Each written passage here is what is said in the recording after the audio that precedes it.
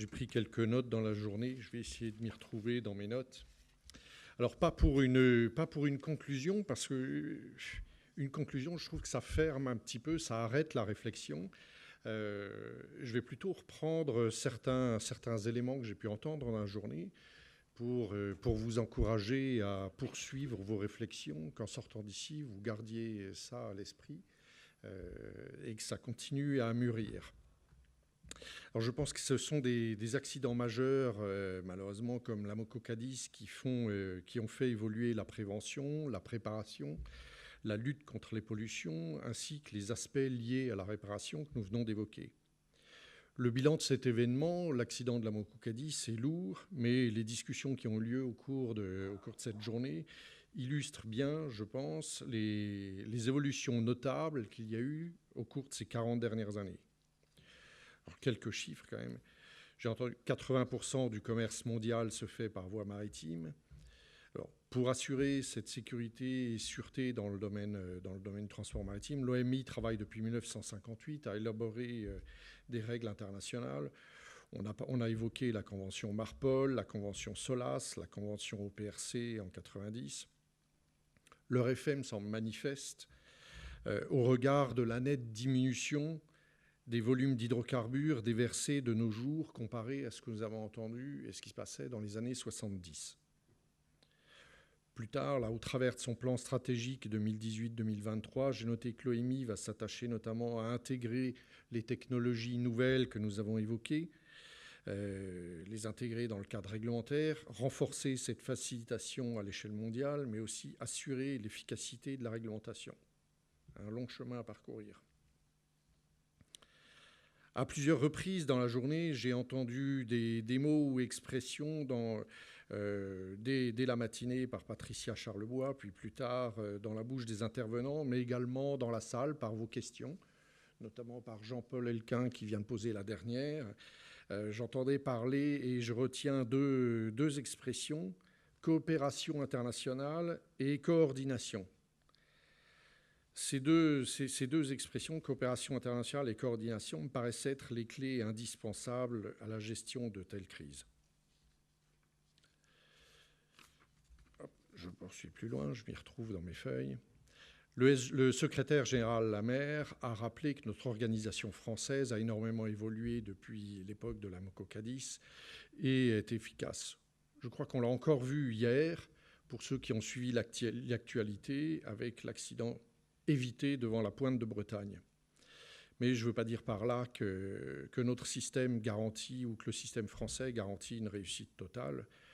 J'ai passé quelques années en mer depuis les années 80, notamment lors des accidents de l'Erika, du Prestige et puis quelques autres, pour savoir les difficultés auxquelles il faut faire face en mer malgré toutes les belles organisations qu'on met en place.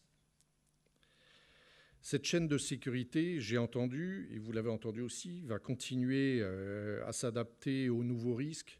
Alors, les nouveaux risques, on a parlé de gigantisme des navires, les porte-conteneurs qui font la taille d'un stade de football, par exemple, voire un peu plus. Moi, je vous rajoute aussi, on l'a entendu dans la journée, les nouveaux et multiples produits transportés, l'intensité accrue de ce même trafic maritime, qui continue à s'accroître, et ce qui me paraît important aussi, une meilleure intégration européenne, car par essence, le trafic maritime ne se limite pas aux frontières de notre pays. On en revient à ce que je viens d'évoquer, la coopération internationale, qui sera toujours là et qui est toujours nécessaire. Parlons un peu des tables rondes. Les tables rondes qui ont ponctué cette journée ont permis d'apporter un éclairage évolution sur les 4 thèmes traités, qui étaient la prévention, la préparation, les impacts écologiques et la réparation. Je souhaite revenir rapidement sur les éléments qui m'ont semblé les plus marquants. En termes de prévention, j'ai noté, on a pas mal travaillé sur l'architecture, les contrôles et la maintenance des navires. C'est pas fini, Jean-Paul. Il y en aura encore. La formation des équipages et des officiers de port, l'adaptation des dispositifs de séparation de trafic au contexte actuel. Et là-dessus, hier, j'étais à la conférence maritime régionale organisée par le préfet maritime à Nantes. Eh bien, j'ai entendu que le trafic augmentait dans le sens descendant. C'est-à-dire qu'aujourd'hui, devant chez nous, on voit une augmentation du trafic d'hydrocarbures descendant la Manche pour partir un peu plus loin, provenant de Russie et d'autres pays du Nord. Ça pose une autre problématique parce qu'on a éloigné le rail montant qui transportait les hydrocarbures, mais aujourd'hui, le trafic descendant transporte des hydrocarbures et c'est le rail qui est plus proche de chez nous. Alors, est-ce qu'il va falloir l'inverser ou les repousser un peu plus loin? Je ne sais pas. Je lance ça. Le traitement de l'information en provenance des navires, nous a rappelé Nicolas Chervy, le commandant du port du Havre. Ça, c'est aussi un des défis de l'avenir. On a mis en place, depuis cet accident, une organisation administrative et opérationnelle dite à la française, l'action de l'État en mer. Puis on a parlé de la préparation. Là-dedans, des choses importantes. On fait une revue après chaque accident majeur, on fait une revue de l'organisation Polmar. Et puis on a étudié son impact au travers de la loi de modernisation de la sécurité civile concernant la gestion de crise en 2004. Ça aussi, c'est quelque chose d'important. Beaucoup de choses ont été faites également dans la formation et l'entraînement des personnels. Je fais un peu de publicité là pour le CEDRE. Nous avons de très beaux équipements uniques dans le monde. Vous pourrez les voir demain à l'occasion de la journée Portes ouvertes. On a évoqué les impacts écologiques. Alors là aussi, je vais faire court. Connaissance du polluant, c'est extrêmement important avant la crise. La capacité de résilience du milieu. Et on a beaucoup évoqué à ce moment-là, et plus tôt dans la journée, la gestion des déchets, qui est un point majeur pour nous tous. En termes de réparation, j'ai noté l'importance de l'organisation des opérations de lutte au niveau communal, des experts techniques nécessaires pour accompagner les collectivités dans le choix de la mise en œuvre des techniques de nettoyage pour tenir les coûts, améliorer les résultats et réduire l'impact surtout. L'implication des assureurs ou de leurs représentants comme l'ITOF dès l'origine de la pollution pour tenter d'optimiser les procédures d'indemnisation. Voilà en quelques mots une petite synthèse. Alors, ces évolutions notables ne doivent pas nous faire oublier que le risque est toujours là. On évoquait ce matin le Sanchi. On n'avait pas parlé d'accident depuis longtemps. Là, on vous en a présenté un qui est un peu loin. Mais retenez, ce sont deux très gros bateaux, deux bateaux relativement récents. Il faisait mauvais, mais ce n'était pas la tempête en mer non plus. Ces bateaux étaient équipés de tout ce qui existe comme système moderne de navigation, de communication et de détection.